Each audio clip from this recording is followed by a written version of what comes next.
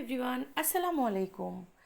ঘুম থেকে উঠেই শুরু করে দিয়েছি কাজ, আর এই ঈদের আগে পর্যন্ত আমার কাজই যেন শেষ হচ্ছে না। এখন কারো কাজই শেষ হবে না আমি জানি, কিন্তু আমার একটু বেশি কাজ হচ্ছে, কারণ আমি বাড়িতে ছিলাম না, আমার দিদির বাড়িতে ছিলাম। একদম বাড়ি পরিষ্কার করা হয়নি। আর সেই যে দিদির বাড়ি থেকে এসেছি তখন থেকে আমার কাজ সমানে হয়ে যাচ্ছে। ব্ল্যাঙ্কেট কাচলাম, ঘর পরিষ্কার করলাম, ঝুল ঝাড়লাম, সব কিছু একা হাতে সামলাতে হচ্ছে।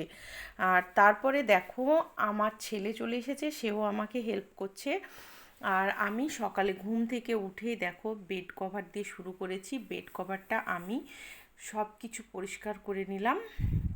আর বেড কভারটা যদি এলোমেলো থাকে তাহলে আমার একদমই ভালো লাগে না, আর যদি বেড কভারটা ভালোভাবে শার্ট করে পাতা থাকে তা আমার খুব ভালো লাগে। সব কিছুই ভালো লাগে, মনে শান্তি আসে। তো দেখো, আমি সব কিছু বিছানা তুলে নিলাম। তারপরে আমি চলে যাব আজকে অ্যাকোরিয়াম পরিষ্কার করতে। আর সেই অ্যাকোরিয়াম পরিষ্কার করতে আমার এত বিরক্ত লাগে কি বলবো।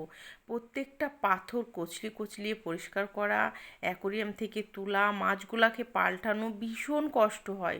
কাদের কাদের এরকম অ্যাকোরিয়াম পরিষ্কার করতে হয় আমাকে কমেন্টে একটু জানিও তো।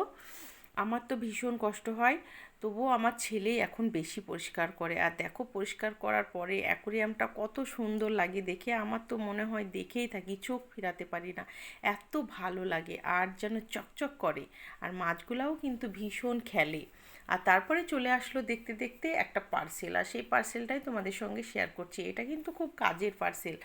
আমার আগেরটা ছিল, আমার আগেরটা ভেঙে গেছে, তাই আমি আরও একটা মানে অর্ডার করে নিলাম। দেখো, এগুলো গ্লাস ঢাকা খুব ভালো হয় তার জন্য। আর এখন তো রোজা চলছে, এখন অনেকগুলোই জল, শরবত, ডাবের জল এইসব ঢাকতে ঢাকতেই আর মানে কিছুই পাচ্ছি না ভেঙে যাওয়ার পরে, তাই আমি আর একটা অর্ডার করে নিলাম।